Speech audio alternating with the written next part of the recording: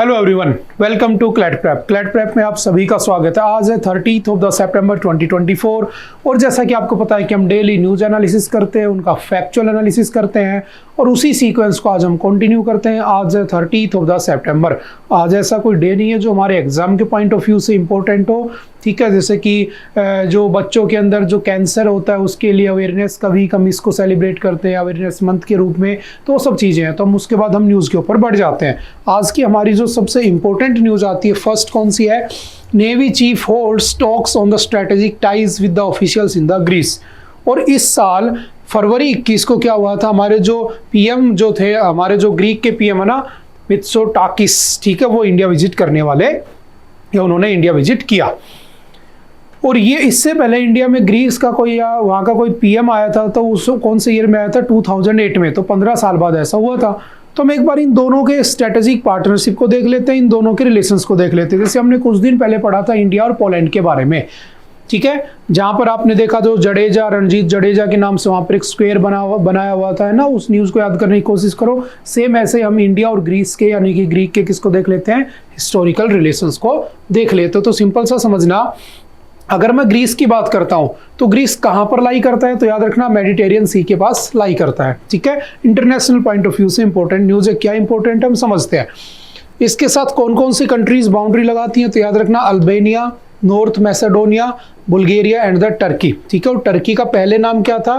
तो इसको क्या कहते थे? Ottoman empire. क्या कहा जाता था? Ottoman empire. हिस्ट्री में हम पढ़ चुके हैं। और इसी ओटोमन एम्पायर को पहले क्या कहा जाता था? कॉन्स्टेंटिनोपल, ठीक है, कॉन्स्टेंटिनोपल। अब क्या हुआ? अच्छा, ये जो आपका ग्रीक है ना, ग्रीस है, इसको क्या कहा जाता है? Cradle of the western civilization. जो आपका वेस्टर्न सिविलाइजेशन है वो सारा यहीं से स्टार्ट हुआ है। जैसे फॉर एग्जांपल आपका जो डेमोक्रेसी है वो सबसे पहले यहीं से स्टार्ट हुई, तो बर्थ प्लेस ऑफ डेमोक्रेसी कह देते हैं। फिलोसॉफी ने यहीं से जन्म लिया, यहीं से स्टार्ट हुई, ठीक है। थिएटर, आपकी जो थिएटर वो यहीं से स्टार्ट हुआ। ओलंपिक गेम्स यहीं से स्टार्ट हुए, आपने पढ़ा होगा। जो मॉडर्न ओलंपिक गेम्स 1896 से स्टार्ट हुए थे ना, ग्रीस से स्टार्ट हुए थे। कैपिटल क्या है ग्रीस की? तो आपको पता होना चाहिए क्या है? एथेंस, ठीक है। और यहीं से स्टार्ट हुआ था, हम पढ़ चुके हैं उसके अंदर, ठीक है। यहाँ पर कौन कौन से माउंटेन्स है? तो Pindus and the Taurus are the mountains in the Greece. सबसे बड़ी रिवर कौन सी है? तो याद रखना river Haliacmon is the longest river in the Greece. हमारे इंडिया की कौन सी है लॉन्गेस्ट? तो कंप्लीटली पूछ ले, जो इंडिया में ही फ्लो करती है तो वो कौन सी है? गोदावरी 1465 मीटर। वैसे अगर पूछ ले तो आपकी ब्रह्मपुत्र जो 2900 किलोमीटर चलती है, और जो आपकी गंगा है वो 2525 किलोमीटर चलती है, 2525 किलोमीटर, ठीक है। अच्छा, हमारे रिलेशंस काफी पुराने हैं। आपने सुना होगा कि हमारे यहाँ पर एक राजा हुआ करते थे ना, चंद्रगुप्त मौर्य। उससे पहले भी हमारे यहाँ पर एक राजा थे जिनका नाम क्या होता है? आपने सुना होगा पोरस। और जो राजा पोरस थे वो किससे भिड़ जाते हैं? अलेक्जेंडर से। अलेक्जेंडर यानी कि सिकंदर महान। और अलेक्जेंडर द ग्रेट जब वो उनकी लड़ाई होती है तो कौन सी नदी के ऊपर होती है? तो याद रखना आपकी जो झेलम रिवर है। कौन सी रिवर के ऊपर? झेलम रिवर के ऊपर, है ना। झेलम के ऊपर दोनों की लड़ाई होती है। इस झेलम को क्या कहा जाता था? हाइडेस्पेसिस कहते थे। इस रिवर का नाम क्या था? हाइडेस्पेसिस। और इसको हाइडेस्पेसिस रिवर की उसकी बैटल भी कह देते हैं, ठीक है। अब क्या हुआ? इन दोनों के बीच लड़ाई हुई, जीता कौन? तो इसमें याद रखना कौन जीत चुका होता है? आपका अलेक्जेंडर जीत जाता है। तो राजा पोरस जो होता है वो अपनी बेटी की शादी किससे कर देता है? अलेक्जेंडर से। और अलेक्जेंडर यहाँ से लौट जाता है। फिर उसके बाद आता है कौन? तो हमारे यहाँ पर सेलुलस निकेटर। सेलुलस निकेटर हमारे ऊपर अटैक करता है। उसमें राजा कौन बन चुका होता है? हमारा चंद्रगुप्त मौर्य। दोनों भिड़ते हैं, लड़ाई होती है, जीत कौन जाता है? आपका चंद्रगुप्त मौर्य। अब क्या होता है? सेलुलस निकेटर अपनी बेटी की शादी किससे कर देता है? आपके चंद्रगुप्त मौर्य से। और बदले में दहेज के रूप में एज ए डाउरी क्या दे देता है उनको? तो आपका जो अफगानिस्तान वाला रीजन है ना, ये पूरा उनको दहेज के रूप में दे देता है। इसलिए तुमने देखा होगा बिहार में सबसे ज्यादा दहेज लिया जाता है ना। वो कहते हैं कि दहेज लेना यहीं से स्टार्ट हुआ था, ठीक है। तो ये सारी बातें भी याद रखना। चलो मुझे कमेंट करके बताना कि उसकी रानी का क्या नाम था जिसके साथ शादी हुई होती है किसकी? चंद्रगुप्त मौर्य की, ठीक है। उसके बाद अशोक का, ये सारे के सारे रूलर आए। और आपने पढ़ा होगा जो अशोक के स्तंभ बने हुए, यहाँ पे अशोका के जो एडिक्ट्स बने हुए हैं, है ना। कुछ रॉक्स हैं, एडिक्ट हैं, कुछ हमारे क्या है? पिलर एडिक्ट है। और उन्हीं में से एक एडिक्ट से हमने क्या लिया हुआ है? तो आपको पता होगा कि हमारा जो नेशनल एम्बलम है उसके अंदर जो आपके 4 शेर बने हुए है ना, अशोक चक्र जिसको कहते हो, वो भी कहाँ से लिया हुआ है? तो सिंपल याद रखना कहाँ से? आपके अशोक के एडिक्ट से लिए गए हैं, ठीक है। पिलर कुछ क्या है? रॉक एडिक्ट बने हुए हैं, ठीक है। इनके बारे में भी ध्यान रखना, क्योंकि उस समय क्या होता था, हमारे पास बुक्स किताबें तो होती नहीं थी, तो क्या करते थे, पहाड़ों के या चट्टानों के ऊपर या लोहे के पिलर्स के ऊपर ही क्या कर देते थे, लिख देते थे। और उनसे आज हमें पता चलता है कि उस समय का रूलर, उस समय का टाइम कैसा हुआ करता था। और इन्हीं के टाइम पर आपने पढ़ा होगा, इन्हीं के टाइम पर एक आर्ट आई वहाँ से, जिसको हम क्या कहते हैं, गांधार आर्ट। ये बेसिकली पाकिस्तान, अफगानिस्तान और इंडिया के कुछ रीजन्स में चलती है। ये भी कहाँ से ओरिजिनेट हुई है, तो ग्रीस से आई है, ये भी ध्यान रखना, ठीक है। और क्या हुआ, अच्छा, अशोका के टाइम पर ही मैंने आपसे कहा था, चंद्रगुप्त मौर्य के टाइम पर एक यहाँ पे ट्रैवलर भी आए थे, क्या नाम था उनका, याद रखना, मेगास्थनीज। क्या नाम होता है, मेगास्थनीज। और मेगास्थनीज ने किसके बारे में बताया था, उन्होंने एक बुक लिखी थी जिसका नाम क्या था, इंडिका।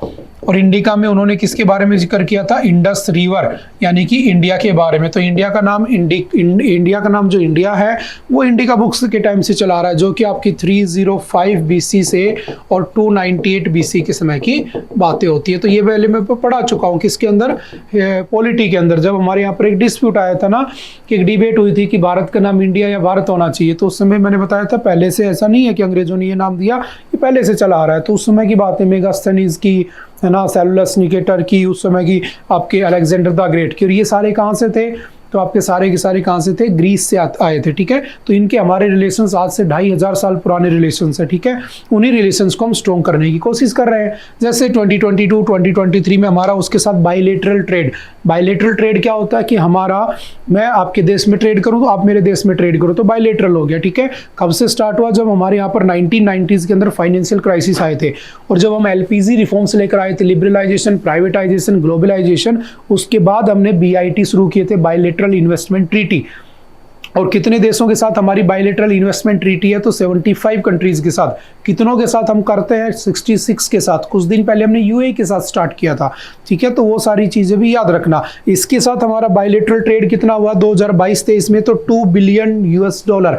और अभी लास्ट टाइम जब हम यहाँ के पीएम हमारे यहाँ विजिट किए थे, उस समय हमने टारगेट सेट किया था 2030, है ना, 2030 तक ये जो हमारा ट्रेड है इसको 2 टाइम्स कर देना है हमें, ठीक है। तो ये सारे फैक्ट्स भी याद रखना, उसकी कैपिटल याद रखना, उसकी करेंसी याद रखना, उसके पीएम का नाम याद रखना, क्योंकि भारत विजिट कर चुकी है। मैंने हमेशा कहा है आपसे, दुनिया में हजारों देश हैं, दुनिया में सैकड़ों देश है ना, 193+2 को तो रिकॉग्नाइज करता है कौन, यूएन। वैसे देखा जाए तो 200+ हैं। तो सबकी कैपिटल, सबकी करेंसी नहीं रटनी होती, लेकिन हाँ, जो भारत में आते हैं, भारत से मिलते हैं, भारत से ट्रेड करते हैं, न्यूज़ में रहते हैं, उनके पीएम, प्रेसिडेंट, करेंसी एटलीस्ट याद कर लेना, ठीक है। आपसे पूछ लेता है कैपिटल वगैरह। अभी आपने एक सैम्पल पेपर भी देखा होगा, अगर आपने सैम्पल पेपर को अच्छे से ध्यान से पढ़ा होगा, देखा होगा, तो उसमें बहुत सारे बच्चों के मेरे पास मैसेज आए कि सर हमारे 24 आउट ऑफ 24 क्वेश्चन सही हैं। क्यों? क्योंकि सारे के सारे क्वेश्चन वन लाइनर था, कुछ ही ऑप्शन दिए हुए थे, कुछ के उनको याद भी थे, ठीक है। सारे के सारे 5 क्वेश्चन तो ऐसे थे जो तुम्हारे डेली 20 क्वेश्चंस की उसी से उठा रखे थे, ठीक है। एक इवन उनका जो ऑप्शन थे वो भी सेम थे जो मैं तुम्हें यहाँ पर इसके बाद जो 20 क्वेश्चंस की प्रैक्टिस करते हैं। अमन सेरावत वाला क्वेश्चन हो गया, ठीक है, आपका न्यूट्रिशन वीक वाला क्वेश्चन हो गया, 5-6 क्वेश्चन तो सेम टू सेम उठा रखे थे। मैं ये नहीं कह रहा यहीं से उठा रखे थे, मतलब वही था। इसलिए मैं कहता हूँ कि कहीं भी आपको बार बार भटकने की जरूरत नहीं है, ठीक है। एक जगह पर कंसिस्टेंट रहें। आपको हमेशा पता होना चाहिए कि आपकी सक्सेस के लिए सबसे इंपॉर्टेंट क्या होता है, कंसिस्टेंसी इज द की। अब जहां भी हो, जिस भी इंस्टीट्यूट में हो, बस उससे स्टिक रहे। लास्ट के 2-3 महीनों में मैंने एक बार देखा, अभी बहुत सारे डाउट आ रहे थे मेरे पास ना, कि बच्चे कहते हैं कि सर अभी एक होता क्या है कि जो लास्ट में पहुंचते हैं ना, तो बच्चे इधर उधर मुंह मारना या हाथ मारना शुरू कर देते हैं ना, ठीक है। और क्या करते हैं कि इसका इंस्टीट्यूट का भी पढ़ लूँ, इसका भी पढ़ लूँ, उसका भी पढ़ लूँ, लास्ट में सब बराबर करके बैठ जाते हैं। ऐसा नहीं करना है। अब जहाँ भी पढ़ रहे हैं आप, चाहे मेरे यहाँ पढ़ रहे हैं, कहीं भी पढ़ रहे हैं, इधर हो उधर हो, बस वहाँ पे स्टिक रहे, ठीक है। कंसिस्टेंटी मेंटेन रखें, अपने आप को अपडेट रखें, अपने फंडामेंटल्स को स्ट्रॉन्ग कर लें। और फंडामेंटल्स का मतलब क्या होता है, हिस्ट्री, ज्योग्राफी, ठीक है, पॉलिटी एंड लास्ट में इको। बस यही तुम्हारी जीके के फंडामेंटल्स हैं, ठीक है। इनको स्ट्रॉन्ग रखो। न्यूज आएंगी जाएंगी, वन लाइनर न्यूज होती है, पीएम विजिट कर गया। अब पढ़ क्या रहे हो, उसकी हिस्ट्री पढ़ रहे हो बेसिकली, ठीक है। तो ऐसे अपने फंडामेंटल्स को स्ट्रॉन्ग रखना, कोई दिक्कत नहीं आने वाली, ठीक है। अब चलते हैं न्यूज़ के ऊपर। हुआ क्या, हमारा ट्रेड कितना हुआ, 2 बिलियन यूएस डॉलर। हम इसको डबल करना चाहते हैं। टारगेट ईयर कौन सा है, 2030, सिंपल याद रखना। ठीक है, हमारी इसके साथ एक एक्सरसाइज भी होती है, क्या नाम है उसका, इनियोकोस 2023। लास्ट ईयर हमारी एक एक्सरसाइज भी हुई थी इसके साथ, एयरफोर्स एक्सरसाइज। ठीक है, सिंपल याद रखना, आपसे पूछ लेगा। India participated as the honoured country, 84th यहाँ पर एक फेस्टिवल होता है इंटरनेशनल फेयर, उसके अंदर जो 2019 में हुआ था, इसमें इंडिया को एज ए ओनर्ड कंट्री भी उन्होंने इन्वाइट किया था। तो ये कुछ रिलेशंस इसके बारे में याद रखना। अगर आपसे पूछता है कि उनकी लोकेशन कहां पे है, तो लोकेशन सिंपल याद रखना। अब आ जाते हैं कि हमारे इसके लिए इंपॉर्टेंस क्या है। तो आपने देखो ये वाला देखा होगा, ये वाला मैप काफी बार देखा होगा ना, इंटरनेशनल न्यूज पढ़ते हो और आपको ये ना पता तो मतलब आप कुछ नहीं पढ़ रहे हो। आपने देखा कि इजराइल का क्या है, हाइफा पोर्ट है, इसको हमने कनेक्ट किया हुआ है किससे, मुंबई पोर्ट से। और ये किस किस से होते हुए जाता है, तो यूएई से जाता है, जबेल अली से। ठीक है, यहाँ होते हुए आपका अल गुवाइफत यूएई से होते हुए, हराज सऊदी अरबिया से होते हुए, रियाद सऊदी अरबिया से होते हुए कहाँ जा रहा है, अल हदीता सऊदी अरबिया पोर्ट को कनेक्ट करते करते कहाँ जा रहा है, इजराइल के हाइफा से। और ये किसको कनेक्ट कर रहा है, पिराइस, ग्रीस। तो बेसिकली ये जो हमारा यूरोप और इंडिया का जो इकोनॉमिक कॉरिडोर है ना, इससे हम किसको कनेक्ट कर रहे हैं, तो ग्रीस को तो कनेक्ट कर रहे हैं बेसिकली। तो ये उसके लिए उसके पॉइंट ऑफ व्यू से भी इंपॉर्टेंट, याद रखना। सी रूट किसको कनेक्ट किया हुआ है हमने डायरेक्टली, देखो यहाँ से यहाँ सी रूट है, उसके बाद रेलवे रूट है, फिर ये सी रूट हो गया, फिर ये सी रूट हो गया। तो सिंपल याद रखना किसको कनेक्ट कर रहा है, पिराइसस जो कि आपका ग्रीस में है, और मुंबई पोर्ट जो कि आपका कहाँ पे है, इंडिया के अंदर। तो ये हमारी जो स्ट्रेटेजिक लोकेशंस हैं उनको भी ध्यान में रखना। ठीक है, कई बार ऐसे क्वेश्चन आ जाते हैं कि पनामा कैनाल किसको लिंक करती है, मेडिटेरियन सी के पास कौन सी कंट्री है। तो वो ऐसे नहीं पूछेगा रैंडमली कि किसी भी सी को, किसी भी ओशन को उठा के पुट कर देगा। वो देखेगा कि न्यूज़ में था, बच्चों ने पक्का पढ़ा होगा, कुछ ना कुछ इंपॉर्टेंट था, तो वो पूछ लेगा कि बताओ अरेबियन सी या बताओ आपका रेड सी है, उसके किससे कनेक्ट करता है। 4 ऑप्शन दे देगा, तो आपको पता होना चाहिए क्योंकि रेड सी की क्राइसिस आप पढ़ चुके हो। तो ऐसे क्वेश्चन पुट होते हैं। ठीक है, तो थोड़ा सा ध्यान रखना।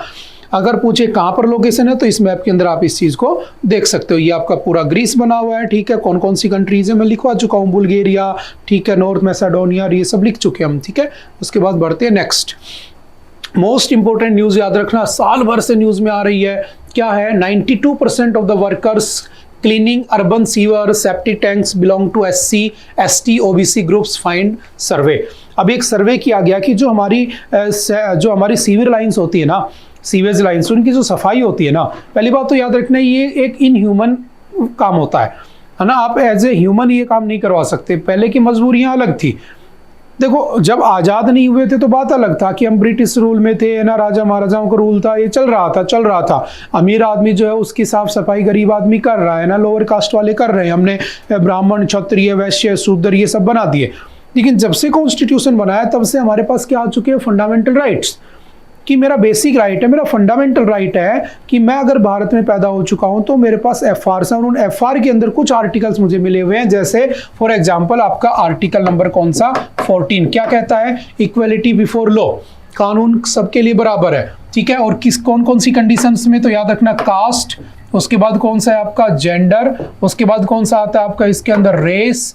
ठीक है, उसके बाद कौन सा आता है प्लेस ऑफ बर्थ। ठीक है, इन सब के बिहाफ पर मैं क्यों, caste, gender, race, place of birth और रिलीजन, इन 5 कंडीशंस के बिहाफ पर देखा जाए तो सारे के सारे जो आपकी जो लॉ है उसके सामने सब क्या है, बराबर, equality before law and equal protection of the law. लेकिन क्या ऐसा है, नहीं है। देखो समझ रहा, इसने कहा कि SC के 68.9% लोग इस काम में हैं। इसने कहा कि शेड्यूल्ड ट्राइब ST के 8.3% लोग काम में है। इसने कहा OBC के 14.7% लोग ये काम करते हैं, और जनरल कैटेगरी के 8% लोग ये काम करते हैं जो सीवेज लाइन की सफाई करते हैं। तो पहली बात तो कौन कौन से फंडामेंटल राइट्स का वायलेशन हो रहा है, तो आर्टिकल 14 इक्वलिटी बिफोर लॉ, है ना, सभी को कानून के सामने बराबर होना चाहिए। तुमने देखा होगा तुम्हारे आसपास कि हमेशा बिल्कुल लोअर कास्ट का या जो आपके डिप्रेस्ड क्लास ऑफ सोसाइटी जिसको कहा जाता है, दलित या SC ST, उन क्लास के लोग ही ये काम करते हैं। तो क्या उनके साथ इक्वलिटी हो रही, नहीं हो रही है? तो आर्टिकल 14 का वायलेशन हो रहा है, बिल्कुल हो रहा है। दूसरे आर्टिकल की बात करूं तो आर्टिकल नंबर 17 क्या कहता है, बैन ऑन अनटचेबिलिटी, कहता है कि भाई अनटचेबिलिटी को क्या करना चाहिए, बैन करना चाहिए। लेकिन क्या तुम कर रहे हो, क्या तुम्हें पता है कि तुम्हारे बगल में मैं रहता हूं और मैं सीवर लाइन की सफाई करने वाला आदमी, तो क्या तुम मेरे साथ बात करना पसंद करोगे? क्या तुम मेरे साथ बैठ के खाना खाना पसंद करोगे? क्या तुम मेरे से हाथ मिलाना पसंद करोगे? क्या तुम मुझे अपने घर में किसी फंक्शन में बुलाना पसंद करोगे? तो क्या ये अनटचेबिलिटी नहीं है? बिल्कुल अनटचेबिलिटी है। तो ये अनटचेबिलिटी को प्रमोट करता है, जबकि हम आर्टिकल 17 में ये बात लिखकर बैठे हैं कि अनटचेबिलिटी बैन होनी चाहिए, फंडामेंटल राइट है। बात समझ में आ रही है? SC/ST एक्ट लेकर आए तुम, उसके बाद है ना आर्टिकल 17 उसका बेस ही तो है SC/ST एक्ट 1989 का, लेकिन यहाँ तो वोलेशन हो रहा है। ठीक है, उसके बाद कौन सा आर्टिकल आ गया? आर्टिकल 21 राइट टू लिव, यानी कि कैसा राइट है? राइट टू लिव यानी कि जीने की आज़ादी, अधिकार है मुझे, लेकिन कैसे? With dignity. लेकिन क्या डिग्निटी है क्या? बिल्कुल नहीं है। वो आदमी जो ये काम कर रहा है बेचारा, जो सफाई कर रहा है, वो उस डिग्निटी से कैसे जी पाएगा जिस डिग्निटी से तुम लोग जीते हो? तो आर्टिकल 21 भी छीन रहे हो उसका। फिर इसी में आता है right to live in a healthy environment, कि तुम्हें एक हेल्दी एनवायरनमेंट में जीने का राइट है, लेकिन ये तो हेल्दी एनवायरनमेंट में नहीं जी रहा है। हो सकता है कि बहुत सारी बीमारियां यहाँ से लेकर चला जाए, हो सकता है कि सोसाइटी में बीमारियां फैला दे, क्योंकि वहां से तो वायरस और बैक्टीरिया ये सभी निकलने वाले हैं। तो अल्टीमेटली इसका आर्टिकल 21 वोलेट हो रहा है। बात समझ में आ रही है? तो इन सब को देखते हुए कहा गया, इतने सालों बाद, आज़ादी के 75 सालों बाद हमारी सरकार जागी और उसने कहा कि नहीं, ये सब बंद होना चाहिए। और बंद करने के लिए उसने एक स्कीम लॉन्च की जिसका नाम रखा गया नमस्ते। क्या नाम रखा गया? नमस्ते स्कीम। इसका पर्पस था 100% mechanisation of the sewage work, जो मशीनों से काम होना चाहिए, बस कहने का मतलब। और इसके लिए इन्होंने क्या किया? रोबोट्स बनाने शुरू किए कि रोबोट से हम सीवर लाइन की शुरुआत करेंगे। और पहला स्टेट कौन सा था जिसने इसको इंप्लीमेंट किया? तो याद रखना, Kerala. Kerala was the first state to implement the Namaste scheme. और जो रोबोट था उसका नाम क्या था? सिंपल याद रखना, उस रोबोट का नाम रखा गया था बैंडीकूट। क्या नाम रखा गया था? बैंडीकूट रोबोट। ठीक है, जिसने इसको इंप्लीमेंट, जिससे इसकी सफाई होती है। और आपने कुछ दिन पहले, शायद मैं 2-3 महीने पहले पढ़ा चुका हूँ द हिंदू में, कि सरकार ने 500+ डिस्ट्रिक्ट के नाम लिए थे जो मैनुअल स्क्वेंजिंग है उससे फ्री हो चुकी है। ठीक है, तो आपको वो सब ठीक है, आपको बेसिक्स क्या याद रखने, अगर यहाँ से पैसे जाया तो कौन कौन से आर्टिकल्स उससे वोलेट हो रहे हैं, क्या स्कीम थी, कितने रुपए की स्कीम थी, 100 करोड़ की स्कीम थी, लास्ट ईयर लॉन्च की गई थी। ठीक है, पिछला कुछ अगर डाटा देखूं तो 2019 से 23 के बीच में 377 लोगों की डेथ हो चुकी है इस काम की वजह से। ये बातें ध्यान रखना और ये थोड़ा सा डाटा भी याद रखना। ठीक है, अगर बात करता हूं कि इसके लिए और कौन कौन से एक्ट बनाए गए हैं आज तक, तो सिंपल समझना, ये वही आ गया आपका आर्टिकल नंबर 14, 17, 21। ठीक है, 23 भी हो रहा है। 23 क्या कहता है? बैन किसके ऊपर? एक्सप्लॉइटेशन, है ना, कि फ्रीडम अगेंस्ट एक्सप्लॉइटेशन, आपकी एक्सप्लॉइटेशन के अगेंस्ट फ्रीडम है। लेकिन क्या एक पर्टिकुलर कास्ट के लोगों को एक्सप्लॉइटेशन नहीं कर रहे हो? तुम बिल्कुल कर रहे हो। तो आर्टिकल 23 भी वोलेट हो रहा है। ठीक है, तो ये सारे आर्टिकल्स भी ध्यान रखना। फिर आता है provision of the employment as manual scavengers and their rehabilitation act 2013। ठीक है, इसमें कहा गया कि अगर किसी की डेथ हो जाती है तो उसको 10 लाख रुपए उसमें कंपनसेशन दिया जाएगा। वो सब बातें लिखी हुई हैं। कुछ एक्ट्स के बारे में याद रखना। ठीक है, manual scavenging toilets in rural households Karnataka, 2-4 data है। 97% of the manual scavengers are Dalits, 36% is reported experiencing violence, इनके साथ वायलेंस भी हो जाती है। ठीक है, 50% हैव रिपोर्टेड अनटचेबिलिटी, जैसे मैंने अभी बात की आर्टिकल 17 याद रखना। और ये बिल्कुल गलती मत करना कि सर एग्जाम में आर्टिकल्स नहीं पूछे जाते हैं। अगर तुम्हें इस बात का वहम है तो आज से पहले के 10-20 साल पहले के या आज से पहले के लास्ट 10 ईयर के बुक आती हैं बहुत सारी मार्केट में, उठा लेना और देख लेना प्रीवियस ईयर के क्वेश्चन पेपर्स, तुम्हें पता लग जाएगा, तुम्हारी गलतफहमी दूर हो जाएगी। ठीक है, ठीक है, तो ये थोड़ा सा ध्यान रखना। एक्ट कौन कौन से, बस ये याद रखना। 1993 में एक एक्ट आया था, employment of the manual scavenging and the construction of the dry latrines provision act. ठीक है, this was the first landmark judgement which outlawed work in the unsanitary and the dry latrines. तो ये इसको भी ध्यान रखना। Provision of the employment of the manual scavenger and their rehabilitation act 2013 में आया था।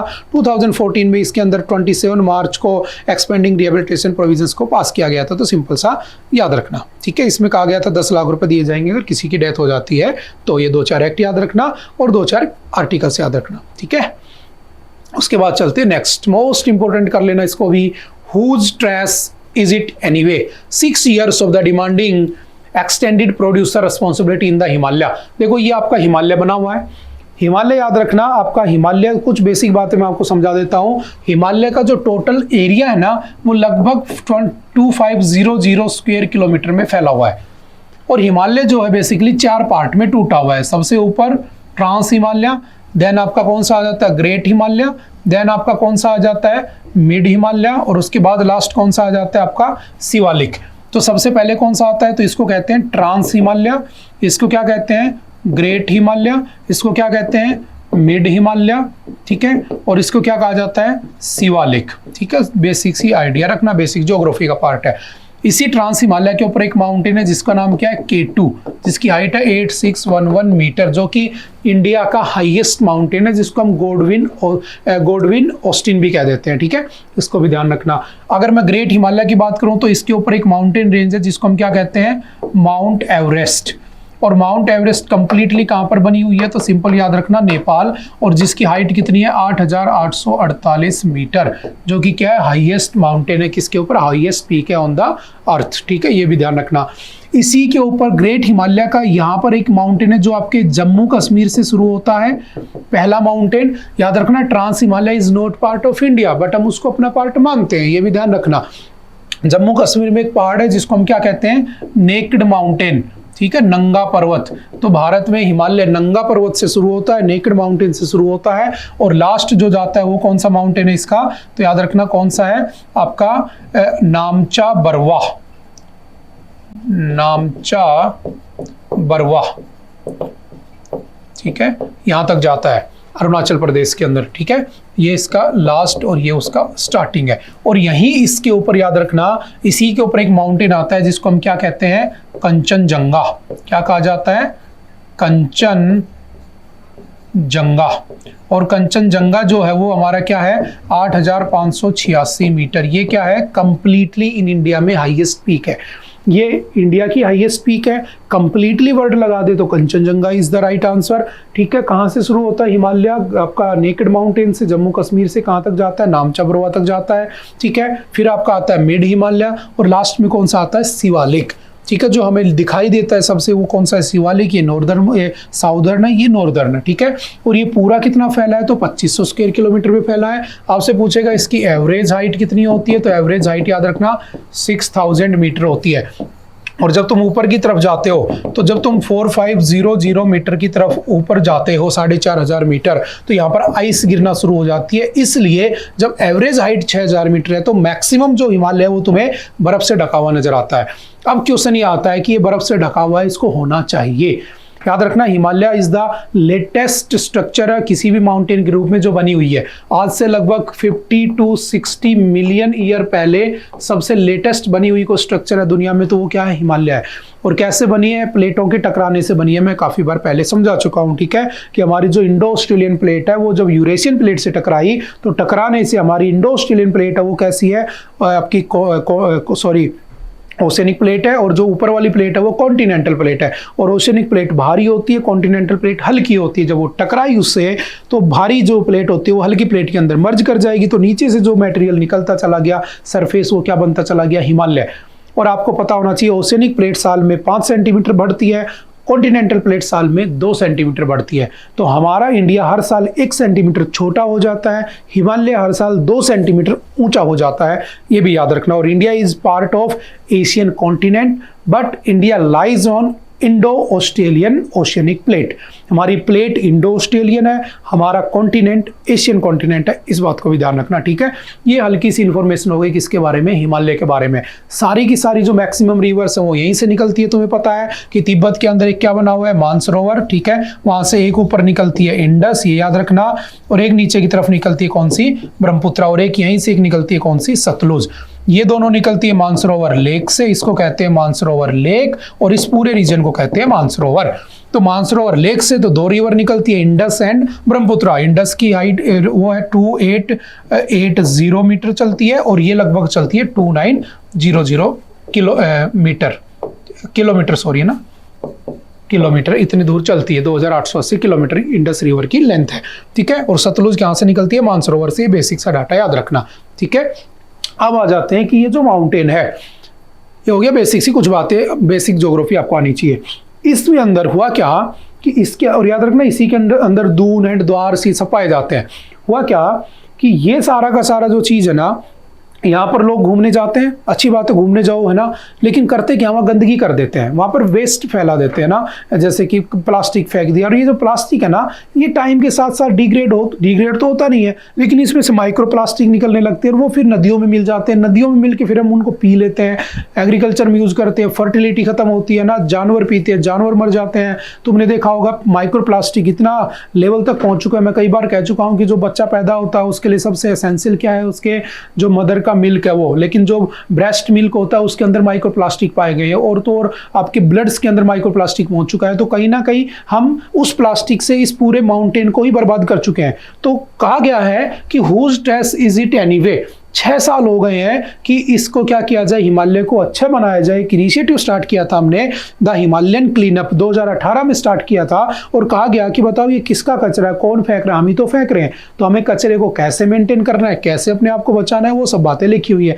तो सिंपल याद रखना, इसके अंदर 25% रिसाइकलेबल कचरा भरा पड़ा है, 75% नॉन रिसाइकलेबल है जो कि मल्टीलेयर्ड प्लास्टिक है, माइक्रो प्लास्टिक भी उसके अंदर। इंडिया दुनिया भर में सबसे ज्यादा 9.3 million ton of the plastic annually क्या करता है, रिप्रोड्यूस करता है। ये कुछ बातें भी याद रखना, ठीक है, सिंपल सा। अब बढ़ जाते हैं थोड़ा सा आगे, आई होप समझ में आ रहा होगा, ठीक है। कुछ स्कीम्स चलाई गई थी, जैसे कि solid waste management rules 2016, plastic waste management rule 2016, ठीक है। हमारे यहाँ पर सिंगल प्लास्टिक यूज को बैन किया गया था, कब, 2022 के अंदर, लेकिन आज तक हुआ नहीं, तुम जानते हो, ठीक है। सिक्किम पहला स्टेट बना था जिसने अपने वहाँ पर 2022 में बैन कर दिया था किसको, पैकेज्ड वाटर को, कि जो पैकेज्ड वाटर वो नहीं पियोगे। देखो आपने देखा होगा कि बहुत से बच्चे क्या, सभी लोग करते हैं कि मान लो मैं कहीं एग्जाम देने गया, क्लेट का एग्जाम ही देने गया, वहाँ एक पानी की टंकी लगी हुई है और उसके बगल में एक बिस्लेरी की बोतल मिल रही है 20 रुपए की। मैं अपने आप को दिखाना चाहता हूँ, मेरे सारे दोस्त पी रहे हैं, मालूम गरीब, मेरी तरह कोई गरीब है ना बेचारा, वो पानी पी रहा है। तुम वहाँ जाओगे, देखोगे अरे नहीं मैं तो बिस्लेरी पीऊंगा, और तुमने 20 रुपए खर्च करके बिस्लेरी खरीद ली, तुमने पी लिया पानी, तुम अपने आप में प्राउड फील कर रहे हो, क्यों, क्योंकि उसने टंकी से पिया। इवन वो टंकी का पानी ज़्यादा बेटर है किससे, प्लास्टिक से, क्योंकि तुम्हें ये नहीं पता कि ये पानी की बोतल कितने दिन धूप में पड़ी थी, कैसे कैसे एनवायरनमेंट में रह चुकी है, कितना माइक्रो प्लास्टिक इसमें आ चुका होगा इस बोतल का, और उसको तुम पी रहे हो। तो अल्टीमेटली इन सब चीज़ों का ध्यान हमें ही तो रखना पड़ेगा। तो उसके अंदर सरकार क्या करती है, सरकार इनको बैन लगाती है। हम क्या करते हैं, हम अपनी हेल्थ के लिए इनको प्रिवेंट करते हैं, इनसे बचते हैं और कुछ नहीं करते। तो सरकार की कुछ स्कीम्स याद रखना। बात हिमालय की हो रही है, क्यों, क्योंकि आपने देखा होगा कुछ दिन पहले आपने न्यूज़ पढ़ी होगी कि जो जहाँ पर ग्लेशियर्स होने चाहिए तो वहाँ पर क्या हो रहा है, वहाँ पर पेड़ उग रहे हैं। क्यों उग रहे हैं, गर्मी ज़्यादा बढ़ रही है। गर्मी क्यों बढ़ रही है, ग्लोबल वार्मिंग बढ़ रही है। तो वो सारे इश्यूज़ भी ध्यान रखना। प्लास्टिक को भी याद रखना। प्लास्टिक ओवरशूट डे कब बनाते हैं, ये चलो मुझे कमेंट करके बताना, एक क्वेश्चन भी मैं तुम्हें दे देता हूँ। हालांकि मेरा बताया हुआ है प्लास्टिक ओवरशूट डे किस दिन मनाया जाता है, ठीक है। कौन कौन से स्टेट है जो हिमालय से बाउंड्री लगाते हैं, तो सिंपल याद रखना, ठीक है। Jammu Kashmir, Himachal Pradesh, Uttarakhand, Sikkim, Arunachal Pradesh, Nagaland, Manipur, Mizoram, Tripura, Meghalaya, Assam and waste Bengal. ये सारे के सारे किस पे हैं, हिली रीजन्स पे हैं। अगर पूछे हिमालय कहाँ से कहाँ तक है, तो सीधा यहाँ से चलते चलते कहाँ तक आ जाओगे, अरुणाचल प्रदेश तक। ये सारे के सारे क्या है, हिमालयन रीजन है। और ये सारे के सारे क्या है, पहाड़ी रीजन है जहाँ पर लोग घूमने जाते हैं, जिसमें हमने इनको भी इंक्लूड कर दिया। अगर तुम आगे चलकर और ज़्यादा डिटेल में ज्योग्राफी को पढ़ने की कोशिश करोगे कभी यूपीएससी लेवल पे, तो तुम्हें ये जानने का मौका मिलेगा कि ये जो माउंटेन है ना, यही नीचे जाके क्या बना देता है, अंडमान एंड निकोबार। लेकिन मैं उस बात में नहीं जा रहा हूँ, यहीं तक हम पढ़ देते हैं, ठीक है, समझ गए। उसके बाद चलते हैं next. Ministry of environment, forest and climate change, क्या किया इन्होंने, ministry achieves 100 days target on the integrated development of the wild life habitats. एक प्रोग्राम चलाया गया था कि जो वाइल्ड लाइफ हैबिटेट है ना, उनका इंटीग्रेटेड डेवलपमेंट किया जाए। Cabinet approved recently continuation of the wild life habitat development scheme with the 2602.98 crore outlay for the 15th finance commission cycle. I think ये बात मैं डिस्कस कर चुका हूँ पहले, है ना, एक बार पहले भी आ चुका है ये। Project tiger, project elephant, wild life habitat development, है ना, उस दिन हम पढ़ चुके हैं, फिर पढ़ लेते हैं। 15th फाइनेंस कमीशन कौन है, एनके सिंह, ठीक है। 16th कौन सा बनेगा, तो अरविंद पनगड़िया। आई थिंक ये तुम्हारे सैंपल पेपर में भी क्वेश्चन था ना, तो सिंपल सा याद रखना। Habitat restoration, community involvement, human wild life conflict, ठीक है कि नहीं, ये देख लेना एक बार, है ना, कंफर्म नहीं है।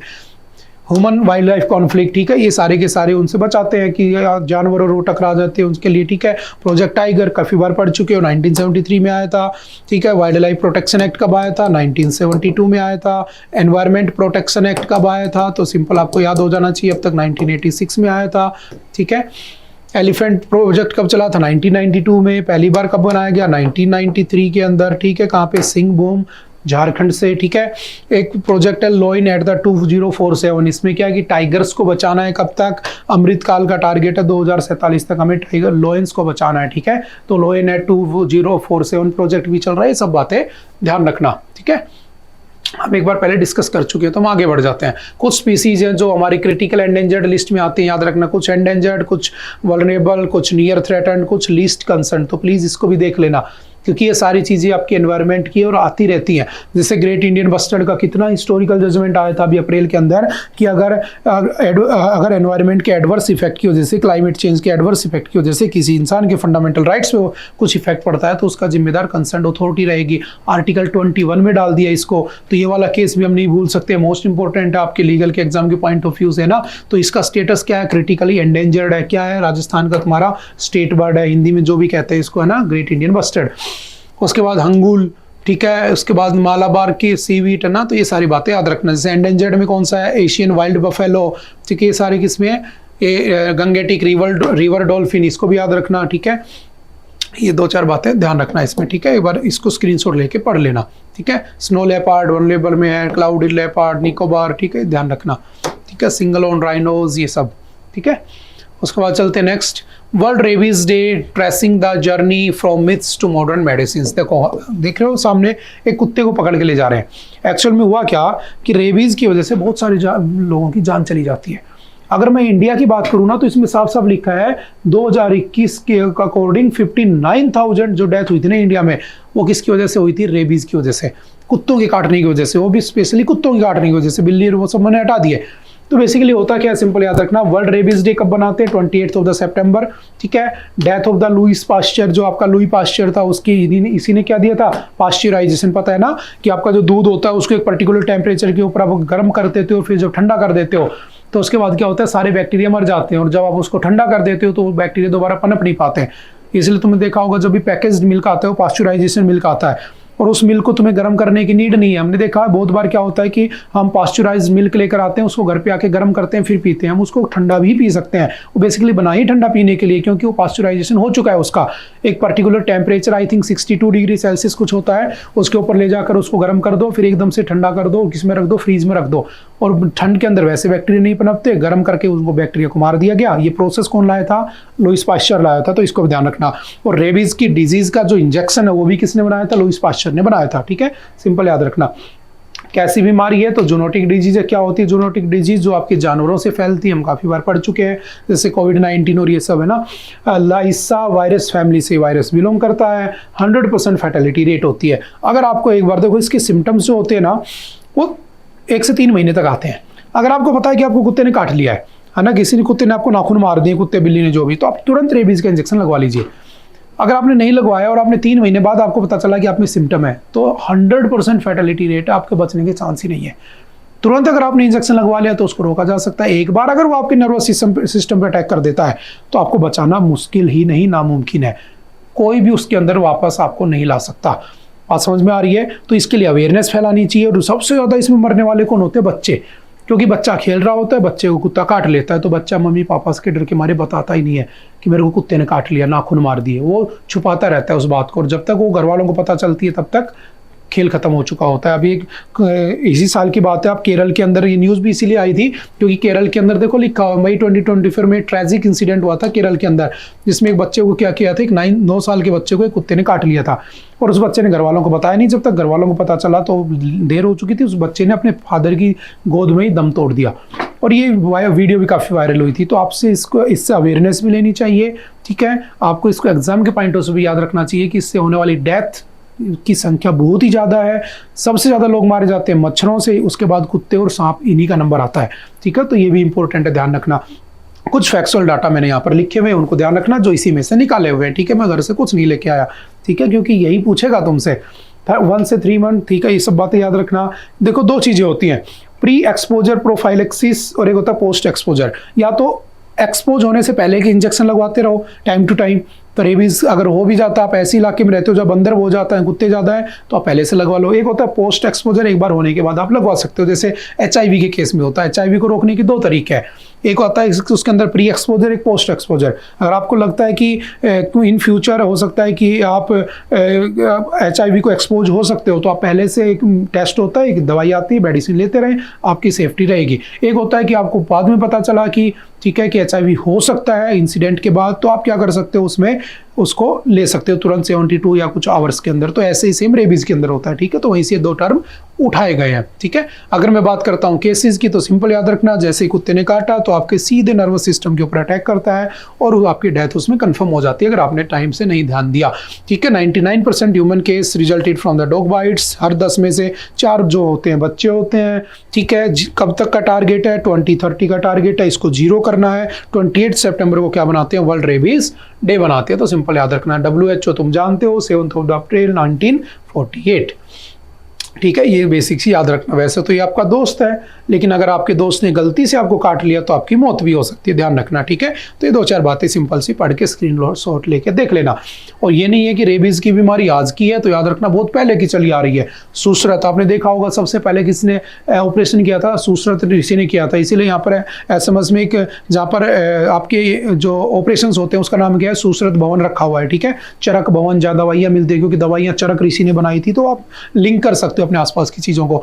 मेसोपोटामिया की जो सिविलाइजेशन था वहाँ भी इसके प्रूफ हैं, ठीक है। हाइड्रोफोबिया हो जाता है इसमें, पानी से डर लगने लगता है, ठीक है। लुईस पाश्चर 27 दिसंबर 1822 को फ्रांस में पैदा हुए थे। इन्होंने पाश्चराइजेशन दिया और इन्होंने रेबीज की दवाई बनाई 1885। और ये काफ़ी 4 बार आ चुका है न्यूज़ में, तो इस पर थोड़ा सा ध्यान से पढ़ लेना, ठीक है। 4थी बार पढ़ा रहा हूँ मैं इस साल, और आपके द हिंदू में आया हर बार। Not just nothing, dark matter quest close in on dire neutrino fog.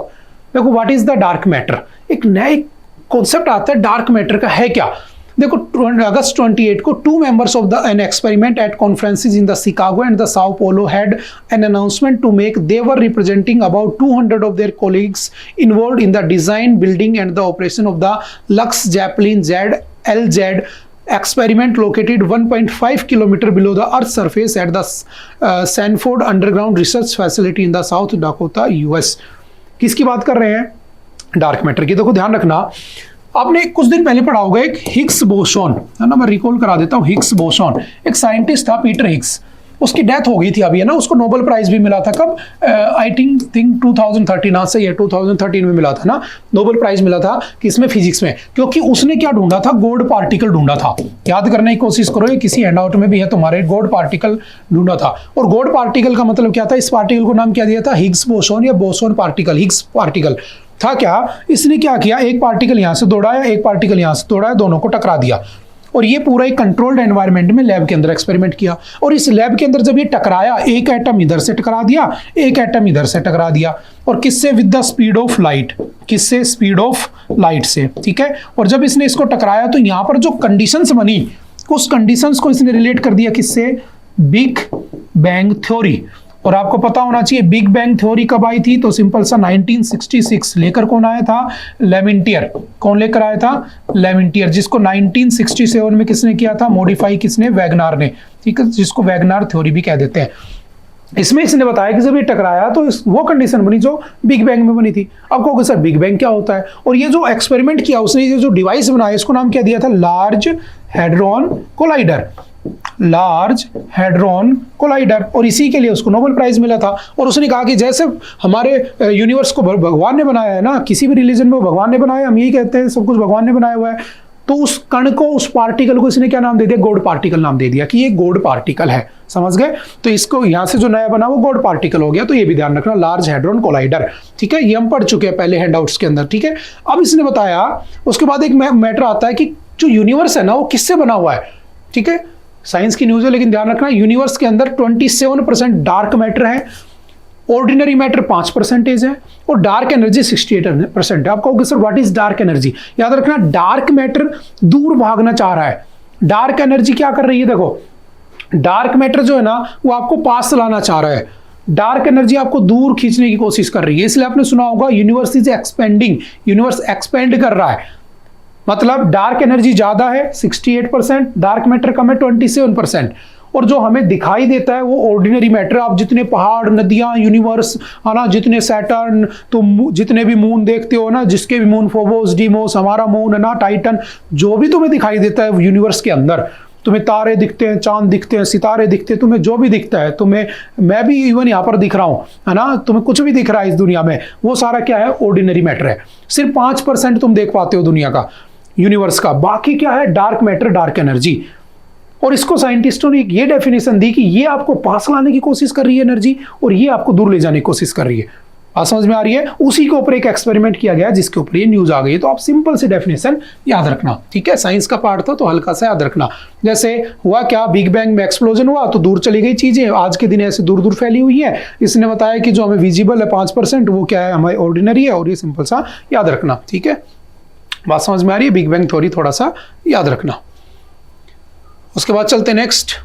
43 die, 3 missing while taking holy dip during Jivitputrika festival in 15 Bihar district. देखो बिहार में एक फेस्टिवल बनाया जाता है जीवित पुत्रिका, अपने पुत्र के लिए ना, पुत्र की जीवित करने के लिए ना, तो मैं याद करने के लिए बता रहा हूँ, ऐसा कुछ नहीं है, अपने बच्चों के लंबी लाइफ के लिए, अपने बच्चों के हेल्थ के लिए, लॉन्गेविटी के लिए, प्रोस्पेरिटी के लिए क्या बनाया जाता है, एक फेस्टिवल बनाया जाता है जिसमें नदी के अंदर डुबकी लगाई जाती है, ठीक है, सिंपल सा। और उस डुबकी लगाने में, ये फेस्टिवल कहाँ का है, बिहार, यूपी, झारखंड और नेपाल में बनाया जाता है, ठीक है। और इसके अंदर क्या हुआ, 43 लोगों की डेथ हो गई। अब ये कहोगे कि सर ये तो न्यूज में, एग्जाम में आएगा नहीं, ये नहीं आएगा, लेकिन कई बार ऐसे रैंडमली क्वेश्चन आ जाते हैं, कौन से स्टेट का कौन सा फेस्टिवल फेमस है, तो आपको एक स्टेटिक जीके की बुक मिली होगी, उसमें देखना 10-12 नाम लिखे होंगे। बिहू कहाँ का है, आप कहोगे आसाम का, ठीक है, आपके बैसाखी कहाँ की है, पंजाब की। गरबा कहाँ का डांस है, तो आप कहोगे गुजरात का। तो ऐसे बहुत सारे मिलेंगे। घूमर कहाँ है, आपके राजस्थान का है, ठीक है ना। कथकली, कथक, ओणम, ठीक है, ये सारे के सारे उसमें लिखे हुए हैं। तो 10-12 नाम है, उसको आपको याद रखना है, ठीक है। अभी न्यूज में तो मैं भी आपसे पूछ ले तो कहाँ का है, इन्हीं स्टेट में मनाया जाता है, ठीक है, सिंपल से याद रखना, ठीक है। एक 1 लाइनर क्वेश्चन है देखा जाए तो। नेक्स्ट है GST council sets up GoM on the compensation. ये मैं उस दिन पढ़ा चुका हूं कि जब आपका 15th फाइनेंस कमीशन है, उसके अंदर देखो 14th फाइनेंस कमीशन, मैं फिर से रिवाइज कर देता हूं, 14th फाइनेंस कमीशन, ठीक है। 14th फाइनेंस कमीशन ने कहा था कि भाई 32% जो कंपनसेशन देते हो ना, वापस रिटर्न करते हो, रीएलोकेट करते हो पैसे को, उसको 42% कर दो। लेकिन आज के दिन 40% मिल रहा है। तो स्टेट जैसे कर्नाटक जैसे स्टेट है, उन्होंने कहा कि भाई क्या करो, आप हमसे क्या करते हो, पैसा लेते हो, है ना। मैंने समझाया था कि ये आपका क्या है, सेंटर, और ये आपके क्या है, जैसे मान लो पंजाब, ये आपका हरियाणा, और ये आपका राजस्थान, ये यहां से पैसा कमाते हैं, ठीक है, और इन्हीं के ऊपर वापस स्कीम्स के रूप में इंप्लीमेंट वापस पैसा कर देते हैं। तो कहा गया कितना पैसा वापस देना चाहिए, कम से कम 42% देना चाहिए। ये 14th फाइनेंस कमीशन ने रिकमेंड किया था। अभी कौन सा फाइनेंस कमीशन चल रहा है, 15th फाइनेंस कमीशन चल रहा है, ठीक है। इसके हेड कौन है, एनके सिंह। पहला कौन था, केसी नियोगी, सब जानते हो। अगला कौन है, अरविंद पनगड़िया, ये भी पता है, ठीक है। अब कहा गया ये तो ठीक है, सरकार नहीं देती वो बात की बात है। इसमें एक स्पेशल स्टेट का कॉन्सेप्ट भी आता है, स्पेशल स्टेटस, वो भी हम पढ़ चुके हैं कि 11 स्टेट इसमें आते हैं, जिसमें अभी बिहार और आपका आंध्र प्रदेश डिमांड कर रहे थे, क्योंकि Naidu and Nitish dependent alliance हो चुका है, इंडिया अलायंस, तो उस चक्कर में उनको 58,000 करोड़ का पैकेज और वो सब भी हम पढ़ चुके हैं। तो अल्टीमेटली कहना क्या चाहता है, ठीक है, अगर आप कंटिन्यू हो इस सेशन के अंदर, है ना, डेली देखते हो तो आपको चीजें समझ में आ रही होंगी बेसिकली, ठीक है। अब क्या हुआ, 14th फाइनेंस कमीशन में ये कहा गया, अब इसने कहा कि हम तो 41 देंगे। तो अभी डिमांड उठी कि भाई हमें 41 से 50 करो, पहली बात तो ये, तो डिमांड हो रही है 50। फिर एक वर्ड आता है, मैंने कुछ दिन पहले आपको समझाया था last time, surcharge and cess. What is surcharge and what is cess? तो सिंपल याद रखना, सरचार्ज और सेस होता है tax on tax, tax on tax, tax के ऊपर टैक्स लेना। कहा गया कि जो टैक्स के ऊपर टैक्स लगता है, जैसे लग्जरी आइटम्स पे लगता है, जैसे मान लो मैं कल को लोड एल्टो खरीदता हूं, तो सिंपल सी गाड़ी है, कोई दिक्कत नहीं है। अगर मैं फॉर्च्यूनर खरीदता हूं तो टैक्स ऑन टैक्स लग जाएगा, लग्जरियस आइटम में आ गया। बात समझ में आ रही है? तो उसके अंदर टैक्स ऑन टैक्स जो लगता है, सेस और सरचार्ज, वो सिर्फ सेंट्रल गवर्नमेंट ले जाती है, और सेंट्रल गवर्नमेंट उसको शेयर नहीं करती है स्टेट के साथ। और जब शेयर नहीं करती है तो स्टेट को दिक्कत है। क्यों? क्योंकि सेंट्रल गवर्नमेंट सेस और सरचार्ज बढ़ाई जा रही है। जैसे मान लो अगर मैं गलती से कल को 30% टैक्स रिजाइव में आ गया, कि मेरी सैलरी इतनी पहुंच रही है, मान लो कि मैं 30% टैक्स पे करने वालों में आ गया, तो मेरे ऊपर 10% एक्स्ट्रा टैक्स लगेगा, जो कि मेरा 30% का कितना हो गया, 3%। तो मेरी सैलरी का एक्स्ट्रा 3% कौन ले जाएगी? सेंट्रल गवर्नमेंट अलग से रख लेगी, जो वो स्टेट से शेयर नहीं करेगी जब वो स्कीम के लिए पैसा देगी उनको। तो स्टेट ही डिमांड कर रहे हैं कि भाई तुम सेस एंड सरचार्ज बढ़ाए जा रहे हो, ठीक है, और जीएसटी जो पैसा आता है वो हमें जो देते हो वो भी तुम बहुत कम देते हो, तो ये 50 कर दो, वो हमें एक डिसाइड करो कि कितना दोगे। तो अभी न्यूज क्या है, समझ में आ गई ना? अभी न्यूज क्या है, तो सिंपल सी न्यूज ये है कि अभी जीएसटी की क्या हुई थी, मीटिंग हुई थी, ठीक है, जिसके अंदर कहा गया था सेस और सरचार्ज के ऊपर क्या होनी चाहिए, बात होनी चाहिए। तो इसमें बता रखा है कि जो पैनल बनाया गया है वो दिसंबर 31 तक क्या देगा, अपनी रिपोर्ट देगा कि हमें क्या करना है। समझ गए? एक बार देख लो, GST cess is levied on the both, ठीक है, intrastate and interstate supply of the goods और द सर्विसेज, ये तो आप जानते हो, ठीक है, स्टेट और इंट्रास्टेट दोनों पे लगता है। The GST compensation cess would be imposed for a period of 5 years from the day of GST implementation. कब आया था जीएसटी, तो आपको पता होना चाहिए 1 जुलाई 2017। चलो मुझे कमेंट करके बताना कौन से कॉन्स्टिट्यूशनल अमेंडमेंट से जीएसटी को इंप्लीमेंट किया गया था, क्या कौन सा अमेंडमेंट था वो, ठीक है। इसमें भी लिखा है 2017 से 2023 तक स्टेट को अब तक सेंटर जो है 8.8 ट्रिलियन रुपीस दे चुका है, ठीक है। GST cess government GST compensation fund के रूप में दे चुका है, लग्जरी आइटम्स के ऊपर, सिगरेट वगैरह पे लगता है, सिंपल याद रखना, ठीक है। तंबाकू प्रोडक्ट और इन सब के ऊपर रखता है, और सबसे ज्यादा यूज भी यही होते हैं, तो फायदा सेंटर का होता है, simple. What is GST? GST goods and service tax, ठीक है, सेंट्रल स्टेट टैक्स लगाए जाते हैं। What are the benefits? Financial price of the goods to be lower, final price relatively large segment of the small retailers, ठीक है, but will boost foreign investment, generate more employment, average tax burden on the firms to come down, काफी बार पढ़ा है हमने। State taxes to B सबज्यूम्ड with in GST, कौन कौन से हैं? State tax, central sales tax, purchase tax, luxury tax, entry tax, entertainment tax, tax on the advertisement, ये सब इसमें आते हैं, ठीक है। ये 2-4 बातें याद रखना। और कौन होता है उसका हेड? तो कौन होता है? फाइनेंस मिनिस्टर ही उसका हेड होता है, ठीक है। उसके बाद चलते हैं नेक्स्ट, कब बनाया जाता है? 1 जुलाई को, क्योंकि 1 जुलाई 2017 को क्या इंप्लीमेंट हुआ था हमारा? जीएसटी। उसके बाद चलते हैं नेक्स्ट आता है डिमांड फ्लक्स, ग्रोथ डायनेमिक्स में falter with in waning urban consumption. देखो कुछ समझना, इंडियाज रिसाउंडिंग 8.2% जीडीपी ये कह रहा है, ठीक है, लेकिन इसके अंदर जो आपकी प्राइवेट फाइनल कंजम्पशन एक्सपेंडिचर है उसमें तो 4% ही ग्रोथ हुई है। फिर उसने नीचे आके बताया कि जो आपका 7 क्वार्टर हाई है वो 7.4% रहा, और वैसे 7.2% रहा, और गांव के अंदर देखोगे तो 6.8% रहा। मैं इसको बिल्कुल शॉर्ट में समझा देता हूँ हुआ क्या है। ऐसा मान लो इसने के शेप रिकवरी की बात की है। देखो है क्या, इसको समझना, कोविड-19 का मैं एग्जांपल ले लेता हूं कि भाई कोविड-19 आया था, और वहां पर 2 लोग हैं, एक है ए, एक है बी, ठीक है, एक है नंबर 1, एक है नंबर 2। ये आपका कौन है? नंबर 1, ठीक है, नंबर 1। ये आपका कौन है? नंबर 2 है। जब कोविड-19 आया तो उस समय भारत में 2 टाइप के लोग थे, आज भी वही है। एक था नंबर 2, ये बेचारा क्या करता था? जॉब करता था, कोरोना आया, इसकी जॉब चली गई, अब ये घर में अकेला कमाने वाला था। कुछ टाइम बाद क्या हुआ, इस अकेले कमाने वाले नंबर 2 की हो गई डेथ। समझना इसको गहराई से, आप ये पूरी लाइन समझ जाओगे। इसकी हो गई डेथ बेचारे की। जब इसकी डेथ हो गई तो इसकी जो वाइफ थी वो पढ़ी लिखी भी नहीं थी, जल्दी शादी हो गई थी इसकी। उसके 2 बच्चे भी हैं, एक वाइफ है, 2 बच्चे हैं, और उसके घर में बूढ़े माता पिता भी हैं। अब परिवार को सरवाइव करने के लिए इसकी वाइफ को क्या करना पड़ेगा? दूसरों घरों में काम करना पड़ेगा, क्योंकि इसके पास कोई स्किल नहीं है। दूसरों घरों में पोचे भारी करने पड़ेंगे। इसके घर की कंडीशन कब सुधरेगी? जब ये बच्चे बड़े होकर कुछ करेंगे 20-25 साल बाद, तब तक ये गरीबी में जिएगा। बात समझ में आ रही है? दूसरी तरफ है नंबर 2। नंबर 2 जो है, सॉरी नंबर 1 है ना, ये नंबर 2 था। नंबर 2 जो है ये बहुत सारे काम धंधे करता था, बहुत सारे बिजनेस करता था, पढ़ा लिखा इंसान था। जैसे कोरोना आया इसने एक मशीन खरीदी 2 लाख रुपए की, मास्क बनाने शुरू कर दिए, और इसने मार्केट में मास्क बेचे। और जब इसने मास्क बेचे तो इसने खूब पैसा कमाया, और जैसे कोरोना गया इसने कोई नया धंधा खोल लिया। इसकी फैमिली प्लस में चलती चली गई, पैसा हो गया, वेल्थ हो गई, और आज इसकी फैमिली के पास खूब पैसा है। तो ये जो है ना ग्रोथ डायनेमिक्स, वो पूरा कहां से बिगड़ा? कोविड-19 से। यानी कि जब भी बड़ी बड़ी कोई पेंडेमिक्स आते हैं तो वहां से सोसाइटी 2 तरफ डिवाइड हो जाती है। एक को हमने कह दिया प्रोफेशनल, एक को कह दिया बाकी के एवरीवन एल्स। तो ये आपका नंबर 2 था जिसकी फैमिली खराब हो गई, ये नंबर 1 था जिसने थोड़ा सा दिमाग लगाया और फैमिली को कहां ले गया? ग्रोथ की ओर। बात समझ में आ रही है? बस यही क्या होता है, के फैक्टर होता है। अगर आपसे पूछे तो व्हाट इज द के फैक्टर इन द इकोनॉमी। समझ में आ गई बात? इसको ध्यान रखना, इसको जस्ट एक बार पढ़ लेना तो आप समझ जाओगे। Due to an unhelpful monsoon private consumption spends rose, ठीक है, उसने अपने आप को बढ़ा दिया, उसने अपने आप को कम कर दिया, ठीक है। उसके बाद चलते हैं नेक्स्ट।